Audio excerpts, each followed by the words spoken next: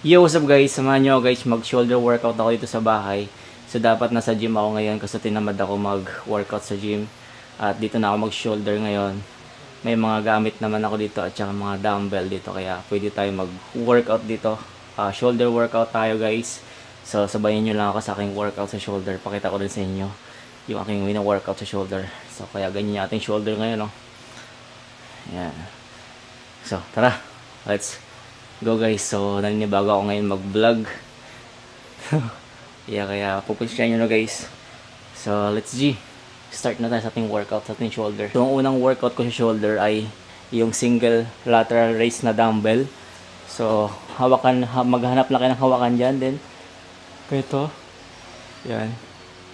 So may mga dumbbell tayo dito. Ayan.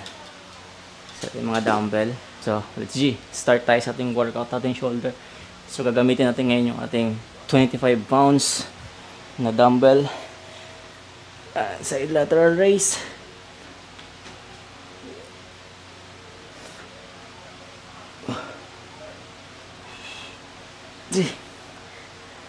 Five, 6,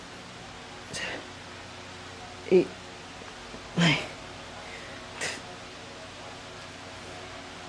12, 13.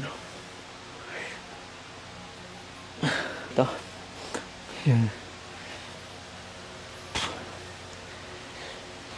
So after ko dito guys, tapusin ko lang tong 4 sets nito na side lateral raise, no? Tapusin ko lang din.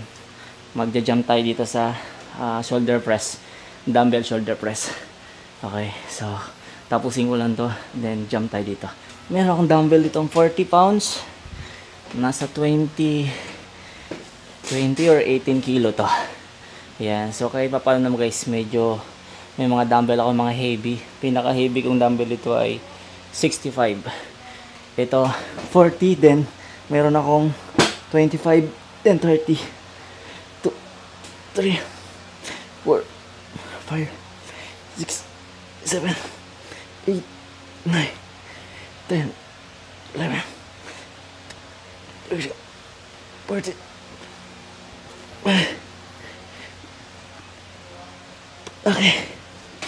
Okay guys, pag nag-shoulder workout kayo guys, huwag nyo tipirin yung reps nyo or bilang nyo. Kung kaya nyo pang iangat yung dumbbell, iangat nyo pa. So kadalasan kasi sa mga nag-workout, kunwari sabihin sa kanila, sabihin ng utak nila, hanggang 10 lang sila.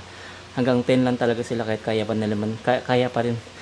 naman nilang iangat yung dumbbell, kaya pa nilang dagdagan ng reps or dagdagan ng bilang, kahit mga isa or dalawa, ang ginagawa nila hanggang doon lang talaga sila.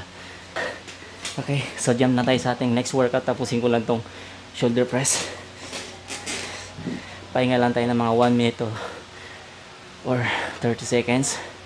Ayan, so kita nyo guys, magamaga na yung ating shoulder.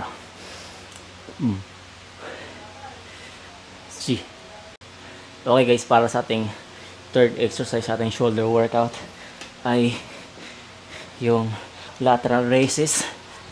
Ayan. So pwede kayo guys nakatayo, pwede din naka sit down or nakaupo. Pwede kayo nakatayo lang na ganito. Kasi guys, mas okay ako nakaupo.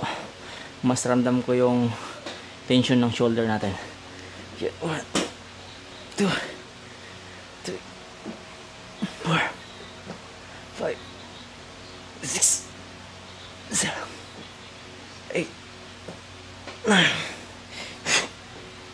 10, 11, 12.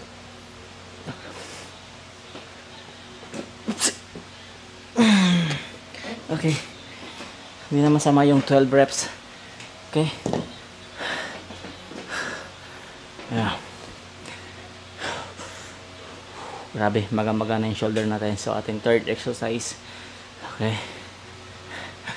So second set tayo guys. Medyo babaan natin konti yung ano.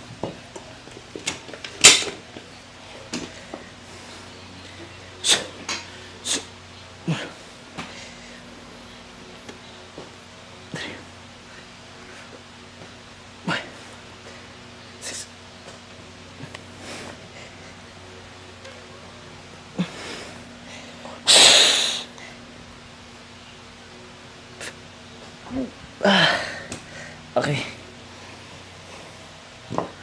Last 2 sets. So jump na tayo sa ating 4th exercise, which is ating last exercise na natin. 4 exercise tayo sa shoulder. So hindi na yung masama guys. Kung home workout lang kayo, okay na yung 4 exercise. Or kahit mga 30 minutes kayo sa bahay mag-workout or 1 hour, mas good. Okay, sa gym kasi guys, ang workout time ko doon ay 1 hour at 2 hours mahigit kung kasama cardio. Depende guys, kung chest ako guys, mga 2 hours din. Back 2 hours. Bicep, tricep, mga 1 hour lang. Legs, mga 1 hour lang ako sa legs. Okay, so let's see, continue na yung workout sa ating 4 exercise, which is ating last exercise. Okay, para sa ating 4th exercise, so front rest, pwede kayong gumamit ng plate or pwedeng dumbbell. So wala tayong plate dito, sa dumbbell na lang. Yan. Front presses to. Ang tawag dito guys, front presses. Yeah. Ay. 12. So 12 reps, which is 6 reps. Then 6 reps ating sabay. 3.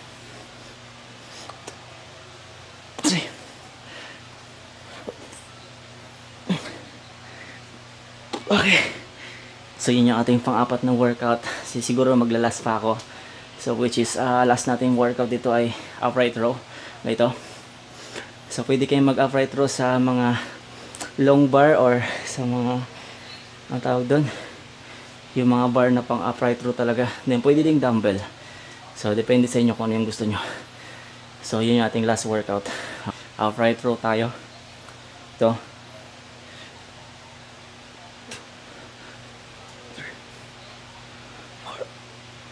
5, 6, 7, 8, 10, 30. Okay. So 15 reps tayo. So 4 na sets. So gawin nyo lang yan. So kayo na magpapatuloy nyan. So don't forget to like, share, comment, subscribe. Camacho out. Peace out.